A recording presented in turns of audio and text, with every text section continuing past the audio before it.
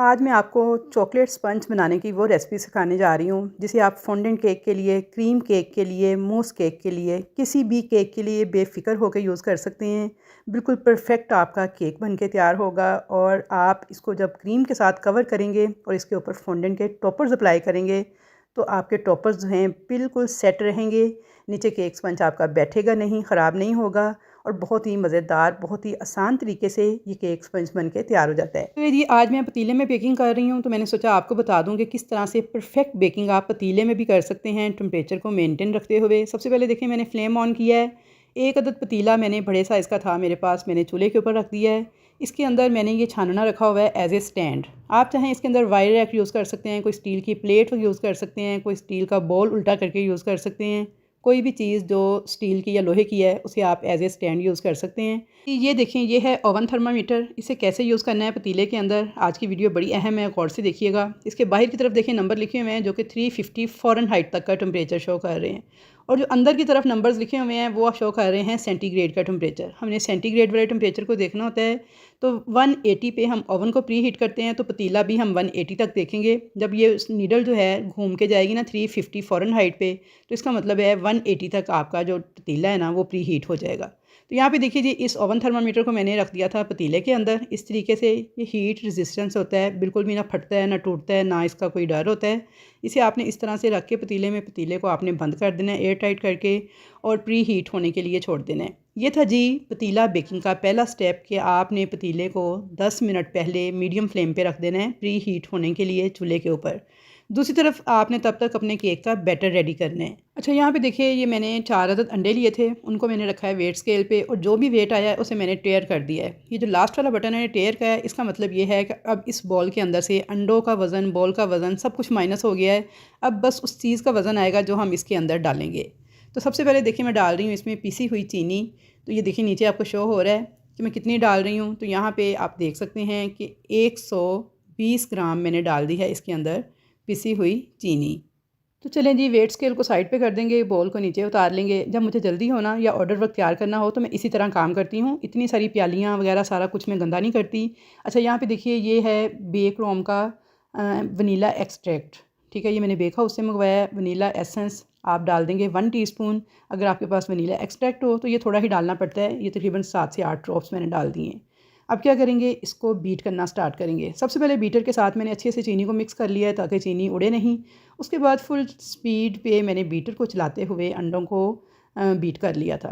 अच्छा, यहाँ पे देखिए मेरा बॉल क्योंकि थोड़ा सा बड़ा था तो मैंने क्या किया, बॉल को थोड़ा सा टेढ़ा कर लिया है और बीटर को भी इस तरह से टेढ़ा करके फिर मैं अंडे बीट कर रही हूँ। ये छोटी छोटी वो टिप्स हैं जिनका आपने ख़ुद ख्याल करना है, आपने अपने बर्तन के मुताबिक देख लेना है। अगर तो पहले तो आप ये करें कि डीप बॉल यूज़ करें जब भी अंडों को बीट करें, जो डीप हो उसमें आपके जो ब्लेड हैं इसके बीटर के वो अच्छी तरह से मूव करते हैं, पूरे अंदर जाते हैं तो आपके अंडे जल्दी बीट हो जाते हैं। दूसरा ये कि अगर बॉल देखिए जैसे मेरा बॉल बड़ा था तो मैंने क्या किया, उसे टेढ़ा किया है और बीटर को इस तरह से चलाया है कि सारे के सारे ब्लेड अंदर मूव करें ताकि अंडे जो हैं परफेक्ट बीट हों। यहाँ पे देखिए मैं आपको दिखा रही हूँ कि अंडे इतना बीट करके कुछ लोग कहते हैं अंडे बीट हो गए हैं, तो ये अंडे बीट नहीं हुए। मैं बैटर उठा रही हूँ, फ़ौरन से नीचे गिरता जा रहा है पतला पानी की तरह। इतना नहीं बल्कि आपने इसे मज़ीद बीट करना है। कितना बीट करना है मैं अभी आपको दिखा देती हूँ। आपने बिल्कुल भी टाइमिंग पे नहीं जाना। हर बीटर की अलग अलग स्पीड होती है, अलग अलग कैपेसिटी होती है, अलग अलग वोल्टेज होती है। तो अगर आप ये कहो कि 2 मिनट बीट करें, 4 मिनट बीट करें तो आपके अंडे कभी भी परफेक्ट बीट नहीं होंगे। आपने सिर्फ ये देखना है कि ये कंडीशन आने तक आपने अंडों को बीट करना है। तो ये देखिए मैं बिल्कुल इस तरह से टेढ़ा किया हुआ है कि सारे के सारे ब्लेड घूम रहे हैं। ठीक है, इस तरह से आपने खुद मैनेज करना है। अब यहाँ पे देखिए मुझे लग रहा था कि अंडे बीट हो गए हैं तो मैं आपको चेक करवा देती हूँ। तो ये देखिए इतना थिक हो जाना चाहिए अंडों वाले बैटर को कि आप इसके साथ ये डिज़ाइन बनाए ना, लाइनें लाइनें सी देखिए मैं बना रही हूँ, तो ये 1-2 सेकंड तक स्टे करें सरफेस के ऊपर, फ़ौरन से गायब नहीं होती जाएँ। तो बस ये कंडीशन आने तक आपने अंडों को बीट करना है। अगर आप इस तरह से बैटर उठा के गिराते हैं, लाइनें बनाते हैं और वो 1-2 सेकंड तक स्टे कर रही हैं तो इट्स मीन कि आपके अंडे जो हैं वो परफेक्ट बीट हो चुके हैं केक बनाने के लिए। तो चलिए जी, यहाँ तक आपको समझ आ गई है कि अंडे देखें इस तरह लाइनें बननी चाहिए। तो ये मैंने चेक कर लिया है, अंडे मेरे बीट हो गए हैं। इनको रखेंगे एक साइड पे। अब इस बॉल को दोबारा उठाया है, मैंने रख दिया है वेट स्केल के ऊपर और वज़न को टेयर कर दिया है। मतलब ये है कि इस वक्त सारा वज़न मैंने माइनस कर दिया है। अब इसके अंदर मैं जो डालूंगी सिर्फ और सिर्फ ऑयल का वज़न होगा। तो यहाँ पे आप देख सकते हैं मैं कुकिंग ऑयल डाल रही हूँ इस तरीके से, और फैलाते हुए आपने डालना है। एक ही जगह पे सारे का सारा ऑयल ड्रम करके ऐड नहीं कर देना। ये सारा जो अंडों का स्पंज बना है ना ये टूट जाएगा, फॉर्म जो बना है। आपने इस तरह से बिल्कुल हल्की सी बारीक सी दार जो है उसके साथ किसी प्याली में डाल लें, कप में डाल लें, या इस तरह से अगर डायरेक्ट भी ऐड कर रहे हैं, लेकिन आपने मुख्तलिफ जगहों पे इस तरह हल्का हल्का करके ऑयल को फैलाते हुए डालना है। अच्छा, ऑयल मैंने डाला है यहाँ पे 90 ग्राम। 90 ग्राम मैंने ऑयल डाल दिया है और अब बीटर को बिल्कुल हल्की स्पीड पे चला के ना सिर्फ आपने 1 से 2 सेकंड चलाना है बीटर को, और इस तरह से ऑयल को मिक्स कर लेना है। ऑयल डालने के बाद आपने बहुत ज़्यादा बीटर नहीं चलाना, बस देखिए मैंने 1 से 2 सेकंड चलाया है, बीटर को साइड पे कर देंगे। अब बीटर का काम ख़त्म हो गया है। अब दोबारा से मैंने इसे रखा है वेट स्केल के ऊपर, इसके वज़न को मैंने कर दिया है टेयर, छलनी इसके ऊपर रखी है और इसके वज़न को भी मैं टेयर कर दूँगी। ठीक है, अब इसके अंदर सिर्फ़ और सिर्फ जो हम मैदा डालेंगे उसका वज़न आएगा। तो यहाँ पे देखिए मैंने इसके अंदर डाल दिया था मैदा, कितना डाल रही हूँ, 140 ग्राम। 140 ग्राम मैदा डाल के अब इसके अंदर मैं डाल दूँगी 20 ग्राम कोको पाउडर। अच्छा, 140 ग्राम के अंदर जब 20 ग्राम मैं कोको पाउडर ऐड करूँगी तो ये टोटल वेट हो जाएगा 160 ग्राम। नीचे आपको नज़र आ रहा है स्केल पे, देखिए 160 ग्राम वज़न है, जिसमें 140 ग्राम मैदे का वज़न है, 20 ग्राम कोको पाउडर का वज़न है। और अब तीसरी चीज़ मैं इसमें ऐड करूँगी बेकिंग पाउडर, जो कि मैं डालूँगी 1 टीस्पून और साथ में हाफ़ टी स्पून, यानी कि 1.5 टीस्पून डाल दूँगी इसके अंदर बेकिंग पाउडर। और अच्छी तरह से आपने इन तीनों चीज़ों को मिक्स कर लेना है इस तरीके से, और छलनी के साथ अब आपने 2 से 3 बैजेज़ में छानते हुए इस मैदे को डालना है। सारा इकट्ठा नहीं, एक ही दफ़ा ड्रम करके डाल देना, सारा फोम बैठ जाएगा और बिल्कुल भी ठीक केक नहीं बनेगा आपका। देखिए बिल्कुल थोड़ा सा मैंने डाला है और स्पैचुला के साथ बिल्कुल हल्के हाथों के साथ आपने cut and fold method use करते हुए इस केक की मिक्सिंग करनी है। तेज़ तेज़ फेंटे नहीं लगाते जाना, सारा ये जब फॉर्म टूट जाएगा ना तो केक रबड़ की तरह बनेगा, बैठ जाएगा, फूलेगा कभी नहीं, सॉफ्ट एंड स्पंजी नहीं बनेगा। इन सारी टिप्स को फॉलो करेंगे तो केक आपका सॉफ्ट भी बनेगा, स्पंजी भी बनेगा और बैठेगा भी नहीं, बहुत अच्छा फूलेगा। यहाँ पे देखिए मैंने थोड़ा सा उसे मिक्स किया है। अच्छा, ओवन मिक्सिंग आपने बिल्कुल नहीं करनी। कुछ लोग बहुत ज़्यादा ओवन मिक्सिंग कर देते हैं, फेंटे लगाई जाते हैं, फिर कहते हैं नहीं हमारा तो केक बैठ जाता है, फूलता नहीं है, रबड़ जैसा बनता है। वो उस वक्त होता है जब आप ओवन मिक्सिंग करते हैं। आपने बस देखें बिल्कुल हल्के हाथों के साथ एक ही डायरेक्शन में स्पैचुला को चलाना है, ठीक है। और जैसे ही देखिए आप मैदा नज़र आना बंद हुआ है, फ़ौरन से आपने अगला पोर्शन ऐड कर देना है। बस आपने ये नहीं वेट करना कि आप चलाते जाएँ चलाते जाएँ चलाते जाएँ, नहीं, बस आपने देखें डाला है मैदा, हल्के हाथों के साथ इसको फोल्ड किया है और जैसे ही नज़र आना बंद हुआ है अगला पोर्शन आपने फ़ौरन से ऐड कर देना है। अच्छा, ये लास्ट वाला पोर्शन जब मैंने ऐड किया है तो मुझे ऐसे लग रहा है जैसे बैटर थोड़ा सख्त सा फील हो रहा है, मतलब ये कि इसमें थोड़ा सा ना दूध डालना पड़ेगा। तो ये देखिए तकरीबन मैंने 1 से 1.5 टेबल स्पून दूध डाला है। बहुत ज़्यादा दूध नहीं डाल देना आपने, इसे पतला नहीं कर देना। देखिए बस मैंने इसे 1 से 1.5 टेबल स्पून डाला है तो बिल्कुल नॉर्मल सी कंसिस्टेंसी हो गई थी इसकी। अच्छा, ये मैदे की क्वालिटी पर भी डिपेंड करता है। समटाइम मैदा जो है वो उसके अंदर नमी होती है और वो ज़्यादा उसे जज़ब नहीं करता मटीरियल को, तो वो थोड़ा सा सख्त फ़ील होता है। तो बस देखिए ऐसी कंसिस्टेंसी होनी चाहिए आपके बैटर की। तो यहाँ पे मिक्सिंग का प्रोसेस कंप्लीट हो गया है, तो बस अब आपने स्पैचुला के साथ इसे मिक्स करना बंद कर देना है। ओवन मिक्सिंग आपने हरगिज़ नहीं करनी। और ये देखिए ऐसी रिबन कंसिस्टेंसी होनी चाहिए इसकी। अच्छा, यहाँ पे मैंने 2 मोल्ड लिए थे जो कि 6 इंच के थे और दोनों सेम साइज़ के ये मोल्ड थे। इनके अंदर मैंने ऑयल लगा के अच्छे से इनको ग्रीस किया था। फिर इसके अंदर मैंने बटर पेपर भी लगा दिया था और पेपर के ऊपर भी मैंने ऑयल लगाया था। अब यहाँ पे देखिए वेट स्केल पे रख के मैं इक्वल क्वांटिटी के अंदर ना दोनों मोल्ड्स के अंदर बराबर बराबर बैटर डाल दूँगी, ताकि हमारे 2 जो केक स्पंज है ना वो बन के तैयार हों। तो 2 पाउंड केक स्पंज की ये रेसिपी थी, लेकिन जब आप इस तरह इक्वल दोनों मोल्ड्स के अंदर डाल के इसे बेक करेंगे ना तो इसका आपका बेकिंग टाइम भी बड़ा कम लगता है और केक स्पंज भी बड़े अच्छे बन के तैयार हो जाते हैं। सेकेंडली ये कि केक की हाइट बहुत अच्छी आती है जब आप इसे 2 मोल्ड्स में डाल के तैयार करेंगे। मैं 1 मोल्ड में भी इसको बेक कर सकती थी, लेकिन उससे केक की हाइट भी इतनी अच्छी नहीं थी आनी और बेकिंग टाइम भी ज़्यादा हो जाना था। जबकि इसी बैटर को जब मैं इस तरह हाफ़ हाफ़ करके बेक करूँगी तो ये इसका बेकिंग टाइम भी कम हो जाएगा और ये बड़ा अच्छा फूलेगा। और उसके अलावा ये कि केक की हाइट भी बड़ी अच्छी आएगी जब दोनों मोल्ड्स में से मैं इनको निकाल के कट करके आपको दिखाऊंगी। अच्छा, यहाँ पे देखिए ये दोनों मोल्ड्स में मैंने इक्वल क्वांटिटी के अंदर बैटर डाल दिया था। यहाँ पे तकरीबन 10 मिनट हो गए थे मेरे पतीले को चूल्हे पे रखे हुए मीडियम फ्लेम पे, और यहाँ पे केक बैटर भी मैंने डाल लिया था। इनको टैप कर लेंगे अच्छी तरह से ताकि सारे एयर बबल वगैरह निकल जाएं। तो अब चलते हैं पतीले की तरफ। तो मैं आपको दिखाती हूँ कि देखिए ओवन थर्मामीटर पे टेम्परेचर जो है ना, जो नीडल है हमारी देखें बिल्कुल मिड पे जा चुकी है, यानी कि 350 फ़ारेनहाइट पे। इसका मतलब है 180 डिग्री सेंटीग्रेड पे हमारा जो पतीला है बड़ा अच्छा सा प्री हीट हो चुका है। अब इसके अंदर हम रख देंगे दोनों केक मोल्ड्स को, तो हमारे बड़े अच्छे केक बेक हो जाएंगे। तो जिन लोगों को टेम्परेचर का मेंटेन का इशू रहता है ना पतीले के अंदर, वो काइंडली ये वाला एक ओवन थर्मामीटर ज़रूर ख़रीद लें, तो आपको टेम्परेचर मेनटेन करना जो है ना बहुत आसान हो जाएगा। अगर आपका तजर्बा हो, एक्सपीरियंस हो, तो आप बगैर थर्मामीटर के भी काम कर सकते हैं, लेकिन जिनको नहीं है एक्सपीरियंस वो फिर इसे ख़रीद लें। यहाँ पे देख सकते हैं आप, मैं दिखाने की आपको कोशिश कर रही हूँ कि नीडल देखें बिल्कुल सेंटर में आ चुकी है। मतलब ये कि 180 डिग्री सेंटीग्रेड और 350 फ़ारेनहाइट, वो 180 डिग्री सेंटीग्रेड के ही इक्वल होता है। कवर कर देंगे इसे और इसके ऊपर कोई वज़नी चीज़ आपने रख देनी है और इसके नीचे आपने फ्लेम कितना करना है मैं आपको वो भी दिखा देती हूँ। यहाँ पे देखें, दम वाले फ्लेम से थोड़ा सा तेज़, इस फ्लेम पे आपने इसे बेक करना है। अगर ओवन में कर रहे हैं तो सिर्फ 30 मिनट लगेंगे, लेकिन पतीले में इसको लगे थे तकरीबन 45 मिनट। आप हर ओवन का टेम्परेचर, हर चूल्हे का टेम्परेचर अलग अलग होता है, तो इसलिए थोड़ा सा टाइम ऊपर नीचे हो सकता है, लेकिन आपने इसे 30 मिनट के बाद चेक ज़रूर कर लेना है। अगर ओवन में बेक कर रहे हैं तब भी, अगर पतीले में बेक कर रहे हैं तो तब भी आपको आइडिया हो जाएगा। आहिस्ता आहिस्ता आपको टाइम मैनेज करना आ जाएगा। लेकिन मैंने यहाँ पे इसको 45 मिनट्स के बाद चेक किया था तो ये बिल्कुल परफेक्ट बेक हो चुका था। ये देखिए, मैं इसमें केक टेस्टर की मदद से चेक कर रही हूँ और आपने दरमियान से चेक करना है, 2-3 जगहों से चेक करना है, ताकि आपका जो केक है ना वो परफेक्ट बेक हो चुका होगा। तो ये बिल्कुल क्लियर आएगी स्टिक आपकी। इसके साथ अगर ज़रा सी भी कोई चीज़ चिपकी हुई हो तो फ़ौरन से आपने पतीले के ढक्कन को दोबारा बंद कर देना है और इसे 5-10 मिनट मज़ीद बेक कर लेना है। तो यहाँ पे मेरी बिल्कुल क्लियर आ रही थी टूथपिक जो मैं अंदर डाल रही थी स्टिक इसके।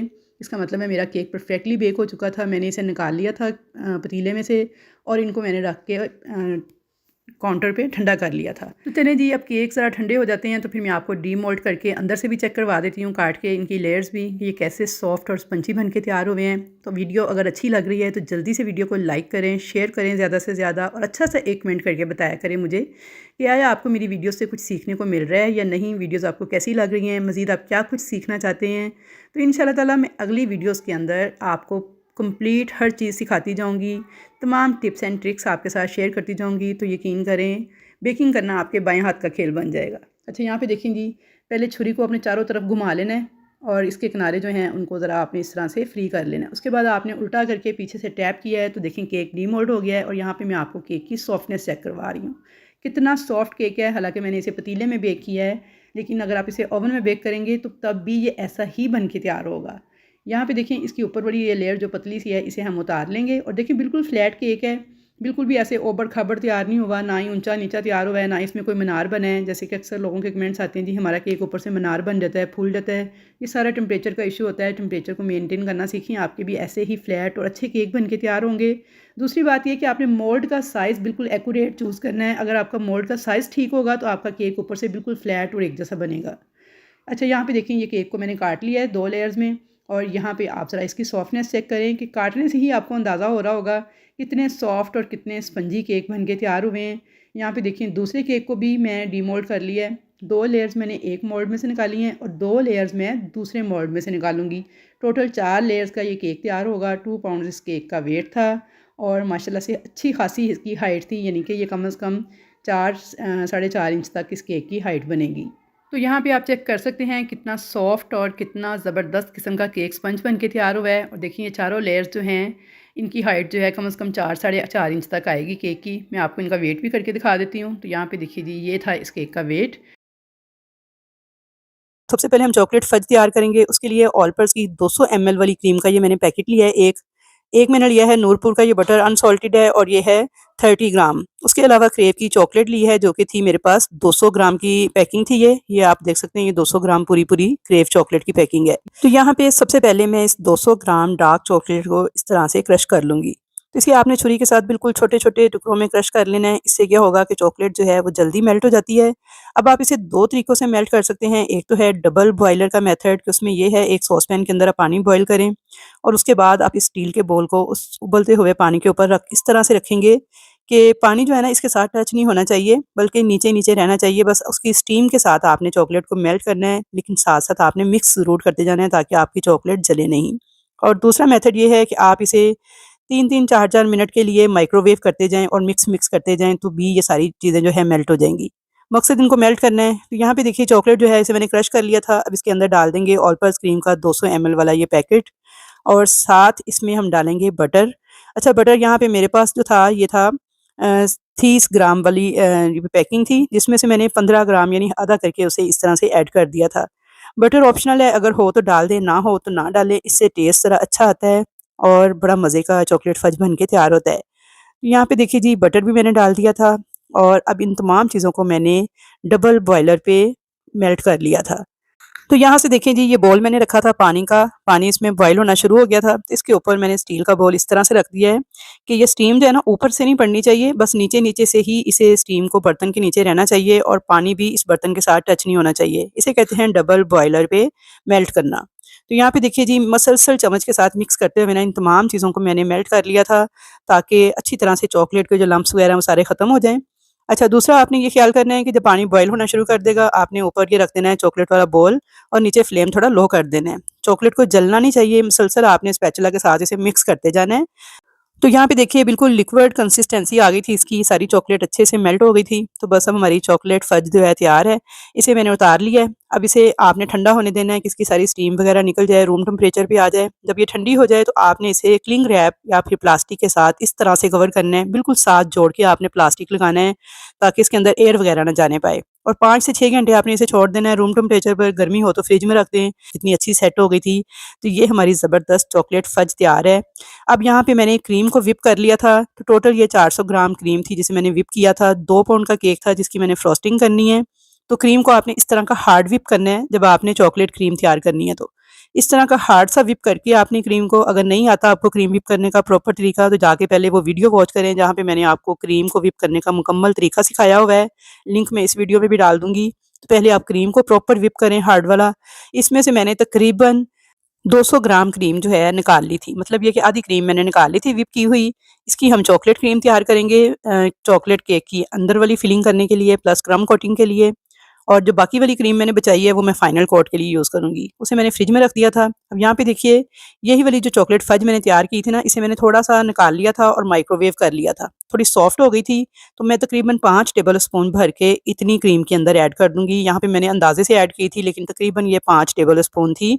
तो आपने भी इस तरह से ऐड करनी है और चॉकलेट फज को गरम बिल्कुल नहीं होना चाहिए। आपने बस इसे माइक्रोवेव करना है, थोड़ी-सी सॉफ्ट हो जाए, तो इसे आपने ठंडा करके यानी रूम टेम्परेचर पे आ जाए फिर ऐड करना है क्रीम के अंदर। गरम-गरम नहीं ऐड करना वरना सारी क्रीम आपकी मेल्ट हो जाएगी और पानी-पानी बन जाएगी। तो इस तरह से मिक्स कर लेंगे अच्छी तरह से और उसके बाद थोड़ी-सी देखिए मैंने और डाली थी, तो टोटल ये 5 टेबल स्पून के बराबर ही थी जो मैंने ऐड की थी। इसके अंदर थोड़ा-सा मैंने बीटर चला लिया था 2 से 3 मिनट, ताकि ये अच्छी-सी हार्ड सी व्हिप हो जाए और स्टेबल हो जाए क्रीम जो है। तो ये देखिए जी, ये हमारी बेहतरीन चॉकलेट क्रीम तैयार है चॉकलेट केक की फ्रॉस्टिंग के लिए। तो यहाँ पे आपने टेम्परेचर का ख़ास ख़्याल रखना है। जो चॉकलेट आपने ऐड करनी है वो टोटली ठंडी करके फिर ऐड करनी है। और ये देखिए कितनी स्टेबल किस्म की चॉकलेट क्रीम हमारी तैयार हो गई है। तो अब आपने चॉकलेट केक को सोक किस तरह करना है, आपने दूध लेना है। तकरीबन मैंने 1 कप दूध लिया है। इसके अंदर मैंने 1 टीस्पून कॉफ़ी और 1 टेबल स्पून चीनी डाल के अच्छी तरह से इसे मिक्स कर लिया था। तो इस कॉफ़ी वाले मीठे दूध के साथ जब आप क्रीम केक को सोक करेंगे ना, तो बहुत ज़बरदस्त फ्लेवर आएगा इस केक का। तो यहाँ पे देखिए जी, ये दूध भी आपका ठंडा होना चाहिए। अब सबसे पहले मैंने एक केक बोर्ड लिया है और केक बोर्ड का साइज़ है 10 इंच, जबकि हमारे केक का साइज़ था 6 इंच। अच्छा, चॉकलेट क्रीम को मैंने पाइपिंग बैग में फ़िल कर लिया था और यहाँ पे देखिए एक केक की एक साइड पे मैंने थोड़ी-सी लगाई है क्रीम, इस तरह से 2 सर्कल बना के छोटे से। और इसके ऊपर केक की पहले वाली लेयर जो कि थोड़ी मोटी हो, जौन-सी भी लेयर आपकी थोड़ी मोटी हो, उसे आपने सबसे नीचे रखना है। हल्का-सा आपने इसको प्रेस कर देना है ताकि ये फिक्स हो जाए अपनी जगह पे और इसे आपने उस मीठे कॉफ़ी वाले दूध के साथ सोक करना है। अच्छा, यहाँ पे आप देख सकते हैं केक की फ्रंट पे जो केक बोर्ड के मैंने डिस्टेंस छोड़ा है वो तकरीबन 3 इंच का है और पीछे वाली साइड पे मैंने तकरीबन 1 से 1.5 इंच का डिस्टेंस छोड़ा है। वो इसलिए कि केक की फ्रंट पे हमें राइटिंग करना होती है, तो इसलिए आपने अपने केक के लिहाज से कि जितना आपने फ्रंट पे राइटिंग वगैरह करनी है उस हिसाब से आपने हिसाब लगा के फिर आपने केक की फर्स्ट लेयर को फिक्स करना है। ऐसे सेंटर में रखेंगे तो फिर चारों तरफ से एक जैसी जगह आएगी, लेकिन केक की राइटिंग जब करेंगे तो वो अच्छी नहीं लगेगी। तो इसलिए आपने हमेशा केक का जो फ्रंट है वहाँ पे कम से कम 2.5 से 3 इंच जगह छोड़नी है। अगर आपका 10 इंच का बोर्ड है, अगर 9 इंच का बोर्ड है तो आपने 2.5 इंच जगह जो सी है वो छोड़नी है। अच्छा जी, यहाँ पे देखिए मैंने क्रीम की एक लेयर लगाई थी, उसको मैंने प्लेन किया था और साथ ही मैंने केक की दूसरी लेयर रखी है। दूसरी लेयर रखने के बाद आपने सबसे पहले थोड़ी-सी क्रीम लेनी है और किनारे को कवर करना है चारों तरफ से, ताकि ये दोनों लेयर्स जो है ना आपस में बिल्कुल बराबर फिक्स हो जाएँ, हिले-जुले नहीं। और उसके बाद आपने केक को सोक करना है इसी मीठे दूध के साथ कॉफ़ी वाले। लेकिन आपने ओवर सोकिंग नहीं करनी, बस बिल्कुल मुनासिब सा आपने चम्मच के साथ दूध इस तरह से डालना है कि कोई का केक का कोई भी हिस्सा जो है ना वो खुशक नहीं रहना चाहिए। अब आपने दोबारा से पाइपिंग बैग के साथ इस तरह से क्रीम अप्लाई करनी है और उसे लेवल कर लेना है। तो पाइपिंग बैग में भर के जब आप इस तरह क्रीम की लेयर लगाएँगे ना, तो बिल्कुल इक्वल लेयर्स लगेंगी सारी और इक्वल क्रीम पूरे केक के अंदर फैलेगी। तो इसलिए आपने पाइपिंग बैग से ही क्रीम लगानी है, ये बड़ा अच्छा मेथड है। देखिए इसको मैंने लेयर को प्लेन किया है। अभी मैं ना मेरा केक बोर्ड स्लिप कर रहा था टर्न टेबल के ऊपर से, तो नीचे मैंने एक हल्का-सा गीला करके टिश्यू रखा है। ये आपने लाज़मी रख लेना है, केक बोर्ड इससे स्लिप नहीं करता। यहाँ पे देखिए मैंने जब केक की तीसरी लेयर ऐड की है तो हल्का-सा मैंने उसे प्रेस किया है। हर लेयर को आपने हल्का-सा प्रेस करना है, बहुत ज़्यादा ज़ोर नहीं लगाना कि सारा केक टूट जाए। बस हल्का-सा प्रेस करना है ताकि केक ने जो बैठना है ना वो साथ-साथ ही फिक्स होता जाए। उसके बाद देखिए ये मैंने इसके किनारे को पहले क्रीम लगा के कवर किया है। उसके बाद आपने ऊपर से सोकिंग करके क्रीम लगानी है। ये आपने किनारे को पहले ज़रूर सिक्योर कर लेना है। इससे देखो एक तो किनारा बिल्कुल इक्वल आ रहा है, हमें पता चलता जा रहा है हमारा केक बिल्कुल इक्वल फ्रॉस्ट हो रहा है। और दूसरा ये है कि केक की फिर लेयर्स जब हम ऊपर से लगा के दूध वगैरह लगा के जब क्रीम लगा के ऊपर पैलेट नाइफ चलाते हैं तो फिर लेयर्स आपस में हिलती नहीं है, वो एक जगह पे फिक्स हो जाती हैं। तो अच्छा ये दूध जो था ये मेरा घर का दूध था, इसके अंदर थोड़ी सी बलाई थी।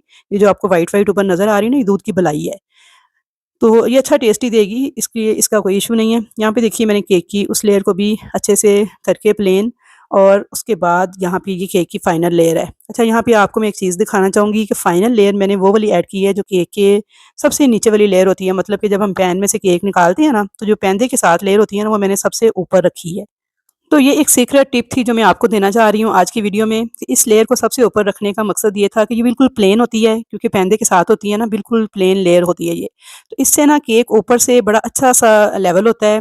और इसके क्रम्ब भी, क्योंकि ऊपर वाली जिसकी नीचे वाली साइड थी जहाँ से कटिंग की थी, वो मैंने नीचे कर दिया उसका मुँह, और ऊपर मैंने वही वाली चीज़ रखी है जो कि पैंदे को टच कर रही थी, तो इसके क्रम्ब्स भी बड़े बराए नाम से होते हैं। अच्छा यहाँ पे देखिए ये अच्छी तरह से मैंने पहले इसके किनारों पे लगाई है क्रीम, और अच्छी तरह सारे किनारे सिक्योर कर लिए हैं। उसके बाद देखिए इस आखिरी लेयर को अब मैं सोक कर रही हूँ।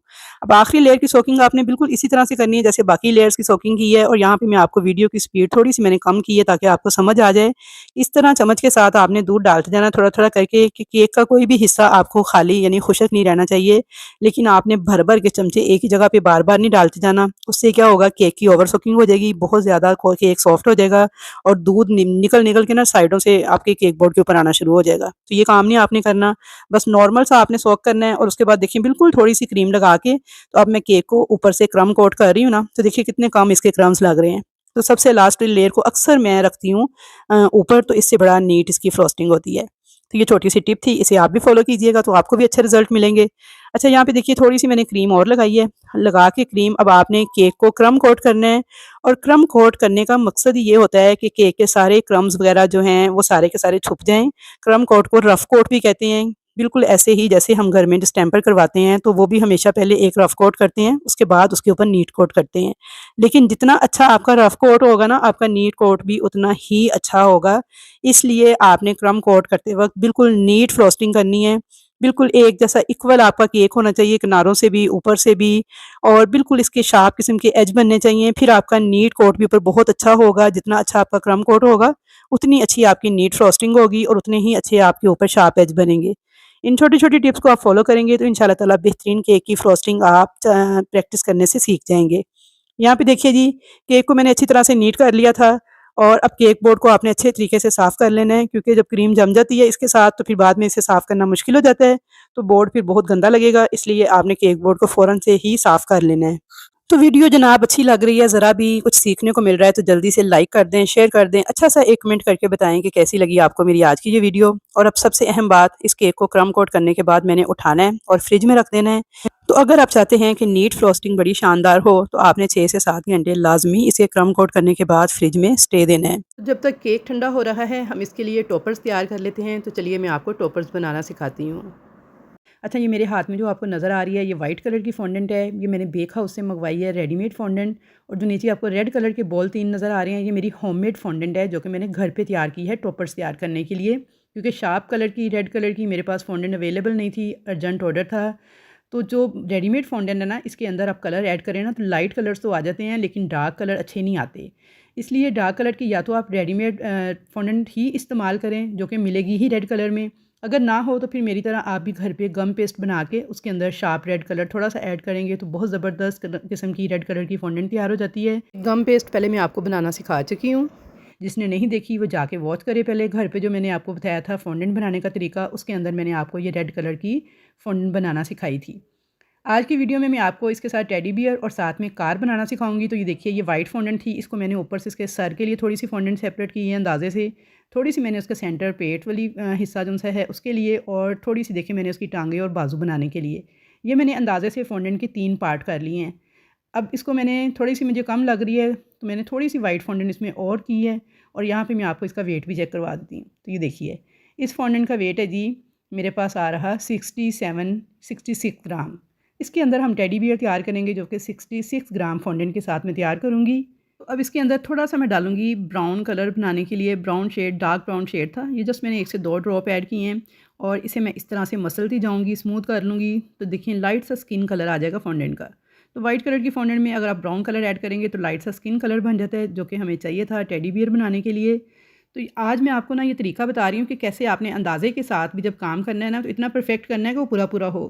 थोड़ा-सा इसमें टाइलोस पाउडर ऐड करेंगे। इससे क्या होगा, हमारे टॉपर्स की शेप बड़ी अच्छी बन जाएगी, वो होल्ड करेंगे शेप को, थोड़ा हार्ड हो जाएंगे। क्योंकि थोड़ा-सा मैंने उसके अंदर जेल फूड कलर डाला है और उसे स्मूथ किया है, तो हाथों की गरमाइश से और जेल फूड कलर डालने से ना फॉन्डेंट बहुत सॉफ्ट हो जाती है। फिर वो जो टॉपर्स हम बनाते हैं उनकी शेप जो है ना ठीक तरह से नहीं वो बनती। लेकिन आप इसमें टाइलोस पाउडर थोड़ा-सा ऐड कर दें। अब कितना ऐड किया है, तकरीबन 2 से 3 चुटकी डाल के मैंने उसे अच्छे से मसल लिया है। तो अब फॉन्डेंट हमारी थोड़ी हार्ड हो गई है। अब इसके साथ जो भी हम शेप तैयार करेंगे ना, उसकी बड़ी परफेक्ट शेप बनेगी और वो हार्ड होकर बड़ी अच्छी अपनी शेप होल्ड कर लेगा, जो भी हम टॉपर तैयार करेंगे। अच्छा जी, यहाँ पे देखिए मैंने कॉर्नफ्लोर यूज़ किया है और थोड़ा-सा देखिए मैंने एक छोटा-सा गोला लिया है, जितना मुझे सर का साइज़ चाहिए था उसे मैंने गोल किया है और अब ये मैं सर की शेप बना रही हूँ टेडी बियर के।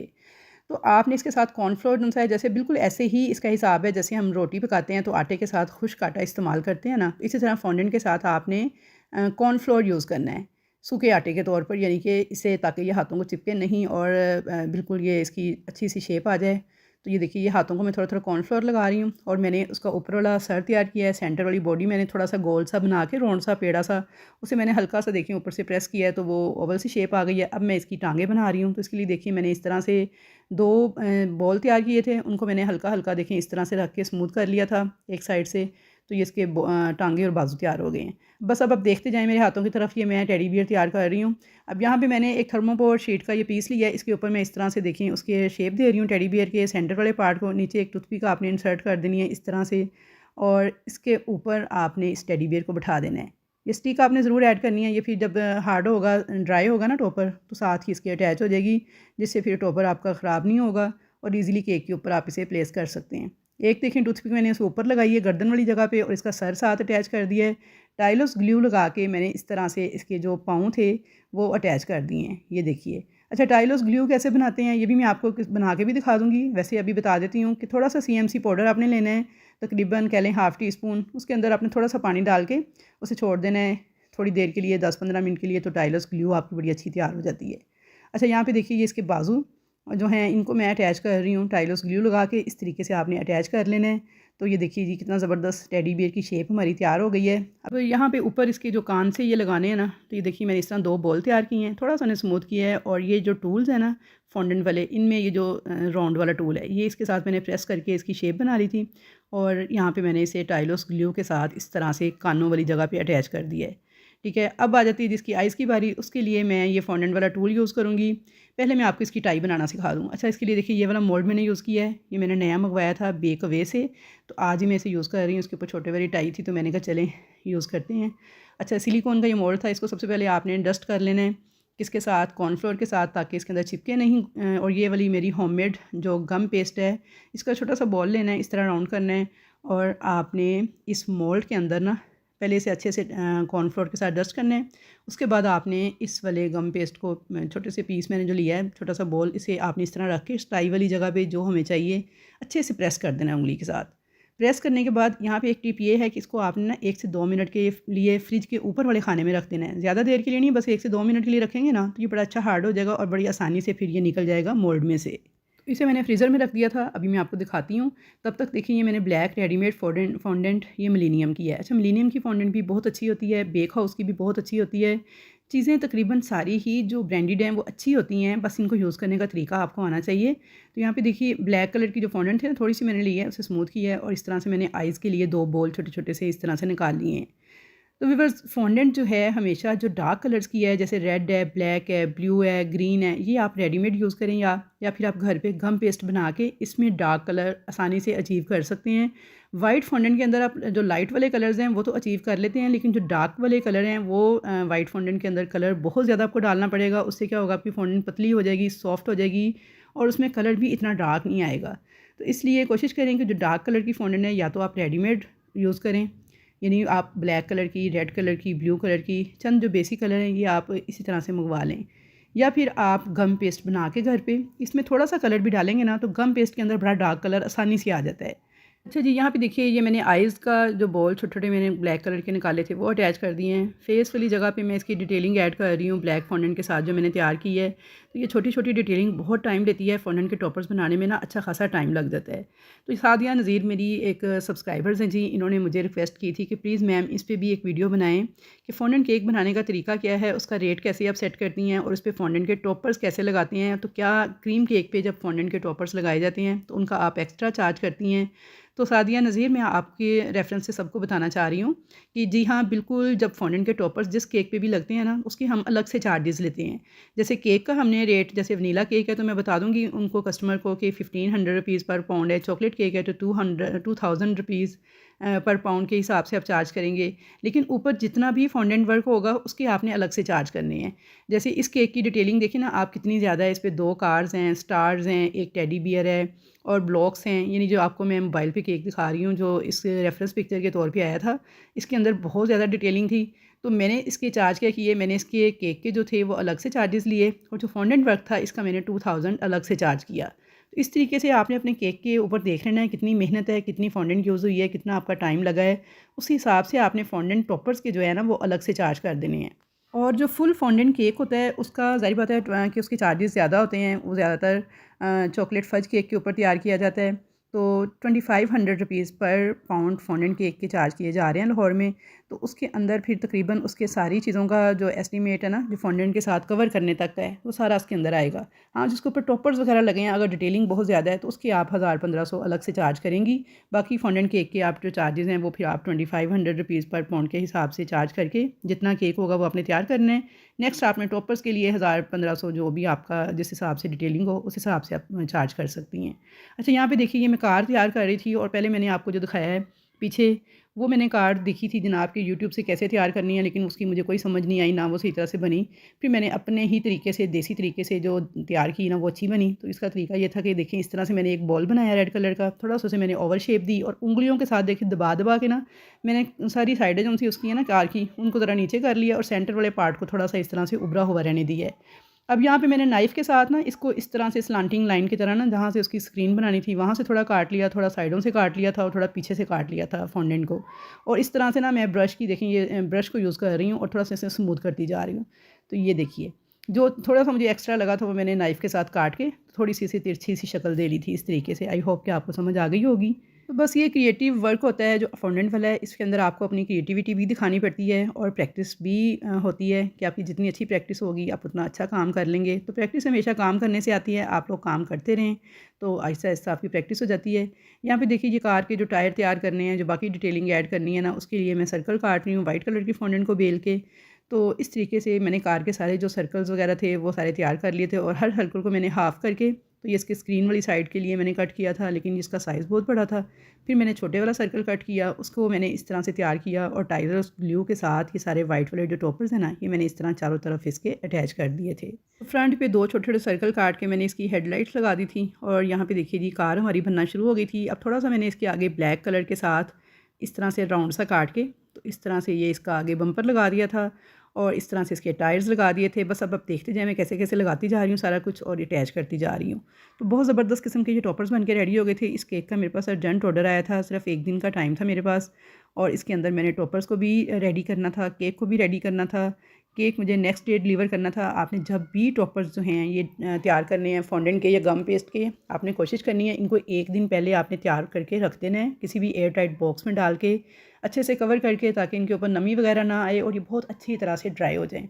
फिर नेक्स्ट डे जब आप इन्हें क्रीम केक के ऊपर भी अटैच करेंगे ना, तो ये बिल्कुल भी स्लिप नहीं करेंगे, ख़राब नहीं होंगे, चिपचिपे नहीं होंगे, अपनी शक्ल बिल्कुल बरकरार रखेंगे।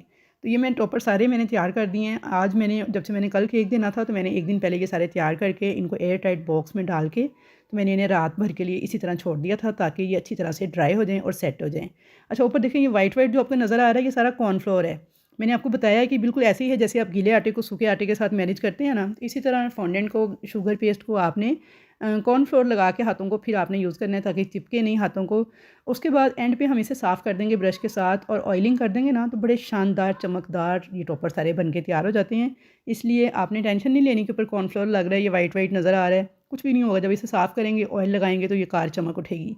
यहाँ पे देखिए ये कार मैंने तैयार कर ली थी। उसके बाद रेड फॉन्डेंट को बेल के मैंने ये जो सर्कल वाला मोल्ड था ये वाला यूज़ किया था। मैं आपको दिखा देती हूँ। इस तरह से ये मैंने राउंड शेप में कटर यूज़ करके तो पहले रेड वाली फॉन्डेंट को काटा, फिर ऊपर छोटे वाला यूज़ करके मैंने वाइट वाली फॉन्डेंट को काटा। काटने के बाद मैंने हल्का सा उसे स्ट्रेच किया दोनों साइडों से, तो वो थोड़ी ओवल शेप में आ गए। तो जी जो नेम के वर्ड्स हैं वो मैंने ये वाले सामने आपको ब्लू कलर के नज़र आ रहे हैं प्लंजर अल्फ़ाबेट्स वाले, ये यूज़ किए थे। और स्टार प्लंजर के साथ मैंने सारे स्टार्स जो हैं इस तरह से रेड वाली गम पेस्ट को मैंने बेल लिया था और प्रेस करके देखिए ये वाला इस तरह से प्लंजर के अंदर आपने भर के पीछे से आपने इसे प्रेस करना है। तो ये देखिए ये सारे स्टार्स इस तरीके से मैंने रेडी किए थे।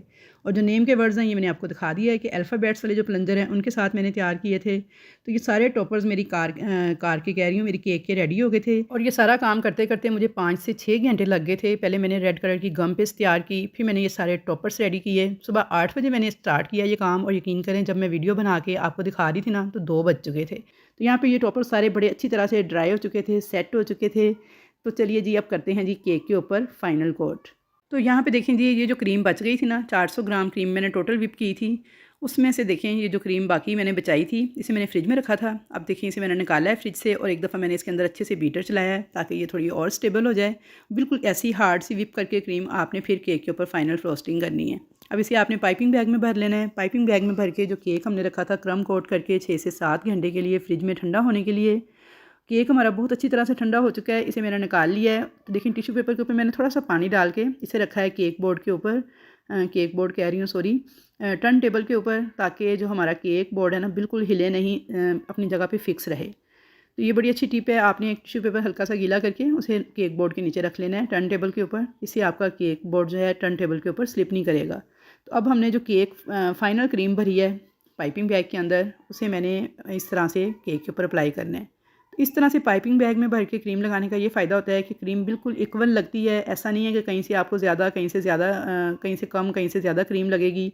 आपको केक को बैलेंस करना भी बड़ा आसान हो जाएगा और आपको अंदाज़ा भी हो जाएगा कि मैंने कितनी क्रीम लगा ली है। तो यहाँ पे देखिए जी इस तरीके से आपने पाइपिंग बैग में भर के इस पूरे केक को आपने क्रीम के साथ कवर कर लेना है। और केक को आपने 6 से 7 घंटे क्रम कोट करने के बाद रेस्ट ज़रूर देनी है। इससे एक तो केक के अंदर बहुत ज़बरदस्त किस्म का जो टेस्ट है वो इन्हेंस होता है। दूसरा केक के स्पंज ने जितना बैठना होता है वो बैठ जाता है, उसे रेस्ट मिलती है। उससे क्या होता है कि इसके अंदर क्योंकि हमने इसे दूध के साथ सोक किया होता है, शुगर सिरप के साथ सोक किया होता है, तो फिर केक ने जितना भी बैठना होता है वो बैठ जाता है। उसके बाद जब हम इसके ऊपर टॉपर्स वगैरह अप्लाई करते हैं ना तो केक बिल्कुल सेट रहता है, इसमें क्रैक्स वगैरह नहीं आते, ना ही ये ख़राब होता है और ना ही टॉपर स्लिप करते हैं। जबकि आप फ़ौरन केक बनाएंगे गर्मा गर्म, उसके ऊपर जल्दी जल्दी करेंगे आप क्रम कोटिंग, फिर आप कर देंगे फाइनल कोटिंग, सारा कुछ आप एकदम से करेंगे ना एक ही दिन के अंदर, तो आपका केक जो है ना वो या तो उसकी स्लिप्स जो हैं, जो लेयर्स हैं वो आपस में स्लिप कर जाएंगी, केक ख़राब हो जाएगा, गिर जाएगा, टूट जाएगा, या टॉपर्स ऊपर से स्लिप करेंगे। तो ये सारे मसले मसाइल उसी वक्त होते हैं जब सारे काम आप फ़ौरन करते हैं। आपने फ़ौरन से काम नहीं करना, आपने एक दिन पहले केक स्पंज बनाना है, उसे ठंडा करना है, उसकी क्रम कोटिंग करनी है और उसे फ्रिज में रख के 7 से 8 घंटे स्टे देना है। उसके बाद आपने इसके ऊपर फाइनल कोट करना है नेक्स्ट डे में। तो इंशाल्लाह ताला बहुत ज़बरदस्त और परफेक्ट आपकी आइसिंग होगी, बिल्कुल ऐसे ही जैसे मैं आपको अब करके दिखा रही हूँ। चलिए जी केक की आइसिंग के लिए जो चीज़ें चाहिए वो देख लें। एक चाहिए पैलेट नाइफ़, एक आपको चाहिए ये वाला स्क्रैपर, एक आपको चाहिए ये फ्लेक्सी स्मूदर। ये तमाम चीज़ें आपको बेक हाउस से, बेक अवे से, इन वेबसाइट से मिल जाएंगी। और अब आपने सबसे पहले पैलेट नाइफ़ को यूज़ करना है और केक को टॉप से आपने बैलेंस करना है। तो देखिए अब आप मेरे हाथों की तरफ देखते जाएं और कि मैं कैसे केक को नीट कर रही हूँ। सबसे पहले आपने केक को टॉप से नीट करना है। तो यहाँ पे देखिए पैलेट नाइफ़ के साथ बिल्कुल हल्के हाथों के साथ आपने पैलेट नाइफ़ को चलाना है, केक को स्मूथ कर लेना है। उसके बाद आपने टर्न टेबल को घुमा के इसको नीट कर लेना है। अब आपने लेना है ये वाला स्क्रैपर, इसे आपने बिल्कुल केक के किनारे के साथ हल्का सा रखना है। इसे आपने केक के अंदर इंसर्ट नहीं करना, बस क्रीम के साथ इसे रखना है और नीचे से आपने टर्न टेबल को दूसरे हाथ के साथ घुमाते जाना है। तो ये देखिए कितनी नीट इसकी एज जो है वो कितना नीट हो गया है। अब जहाँ जहाँ मुझे लग रहा है ना कि क्रीम इसके ऊपर नहीं है, देखिए थोड़े थोड़े निशान नज़र आ रहे हैं, तो आपने क्या करना है इन जगहों पे सबसे पहले क्रीम लगा लेनी है। तो पाइपिंग बैग के साथ इस तरह से इन जगहों को आपने क्रीम से फिल कर लेना है। दोबारा से आपने स्क्रैपर को रखना है, बिल्कुल हल्का सा आपने केक के साथ इसको रखना है, केक के अंदर घुसेड़ नहीं देना कि सारी क्रीम ही उतर जाए। और फिर आपने नीचे से टर्न टेबल को तेज़ी से घुमाना है। तो ये देखिए जी बिल्कुल नीट किस्म का एज बन गया है हमारा और जितनी भी क्रीम एक्स्ट्रा थी ना वो सारी ऊपर चली गई है। अब आपने क्या करना है, पैलेट नाइफ़ को बिल्कुल साफ़ कर लेना है। साफ़ पैलेट नाइफ़ के साथ आपने ये जितनी भी एक्स्ट्रा क्रीम ऊपर की तरफ है ना, इसे आपने इस तरह अंदर की तरफ करते जाना है और हर बार आपने पैलेट नाइफ़ को साफ़ ज़रूर करना है। ये देखिए मेरे दूसरे हाथ में स्क्रैपर है, मैं उसके साथ पैलेट नाइफ़ को हर बार साफ़ कर रही हूँ और किनारे के साथ आप क्रीम को इस तरह हल्का हल्का अंदर की तरफ करते जाएंगे तो ये बिल्कुल नीट इसका एज बन जाएगा। तो बस यहाँ पे आप गौर से देखते जाएं। तरीका मैंने आपको बता दिया है कि आपने हर बार पैलेट नाइफ़ को साफ़ ज़रूर करना है। इस तरह से आपने हाथ में स्क्रैपर पकड़ लेना है, उसके साथ आपने अच्छे से पैलेट नाइफ़ को हर बार नीट करके फिर आपने केक के ऊपर चलाना है। अगर आप उसे साफ़ नहीं करेंगे ना तो ये किनारा कभी भी नीट नहीं होगा, ये ऐसे ही रहेगा। तो यहाँ पे देखिए बिल्कुल शार्प किस्म का एज कितना ज़बरदस्त, कितना नीट हमारा बन गया है। अब मज़ीद नीटनेस के लिए आपने यूज़ करना है ये वाला फ्लेक्सी स्मूदर। इसे आपने हल्का सा रखना है केक के ऊपर, तेज़ी से टर्न टेबल को घुमाना है। तो ये देखिए जी कितने शार्प किस्म के एज और कितनी नीटनेस आ गई है हमारे केक के अंदर। अब इसी फ्लेक्सी स्मूदर के साथ हम ऊपर से भी केक को नीट कर लेंगे। तो जनाब होम बेकर्स के केक का रेट इसलिए ज़्यादा होता है, आप देख रहे हैं कितनी सफाई से कितनी नीटनेस से काम हो रहा है। उसके बाद देखें ये जितने भी इंस्ट्रूमेंट्स हैं ये सारे के सारे हम लोगों ने बड़ी डीसी पे कर करके, बड़ी कीमतें पे कर करके मंगवाए होते हैं, ये मुफ्त नहीं आते। तो जनाब जब आप घर पे केक बनाते हैं तो ये सारे औज़ार आपके पास अवेलेबल नहीं होते। अगर आप ख़रीद लेते हैं तो फिर आपको एक बार इन्वेस्टमेंट तो करनी पड़ती है। तो इसीलिए होम बेकर्स जो हैं वो आपसे चार्ज कर रही होती हैं, क्योंकि उन्होंने भी अच्छी खासी इन्वेस्टमेंट की होती है इन सारे टूल्स के ऊपर।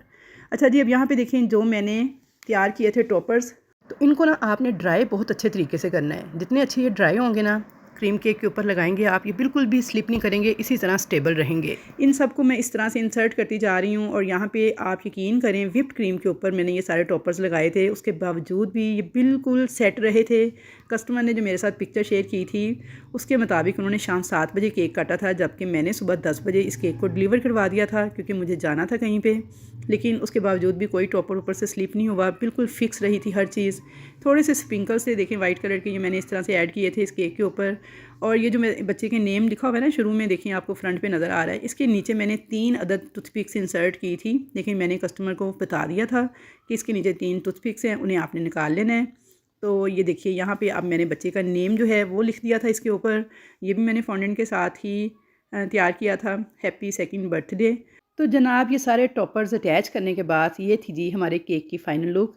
अगर आपको आज की वीडियो से कुछ सीखने को मिला है, वीडियो अच्छी लगी है, तो जल्दी से वीडियो को लाइक कर दें, क्योंकि आपने अपने आप तो लाइक करना नहीं होता जब तक मैं आपको याद ना करवाऊँ।